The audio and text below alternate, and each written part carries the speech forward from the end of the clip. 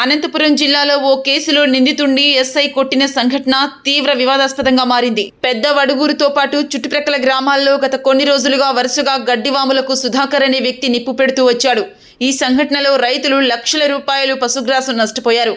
SI Anjaneyulu case నమోదు చేసుకుని దర్యాప్తు చేస్తున్న క్రమంలో ఓ గడ్డివాముకు నిప్పు పెడుతూ ఉండగా సీసీ కెమెరాలో రికార్డైంది. దీంతో సుధాకర్ నిందితుడిగా భావించి అతన్ని అరెస్టు చేశారు. ఈ క్రమంలో గ్రామస్తులు స్టేషన్కు చేరుకుని అతన్ని తమకు అప్పగించాలంటూ వెంటపడ్డారు. వారి నుంచి ఎస్ఐ ఆంజనేయులు సుధాకర్ను కాపాడి స్టేషన్లోకి తీసుకెళ్లారు. ఆ తర్వాత అతను చేసిన పనిపై ఆగ్రహం వ్యక్తం చేస్తూ తమదైన శైలిలో కోటింగ్ ఇచ్చారు. అయితే ఈ దృశ్యాలను కొంతమంది వీడియో తీసి సోషల్ మీడియాలో పెట్టారు. దీంతో ఉన్నతాధికారులు సీరియస్గా పరిగణించి ఎస్ఐపై విచారణకు ఆదేశించారు.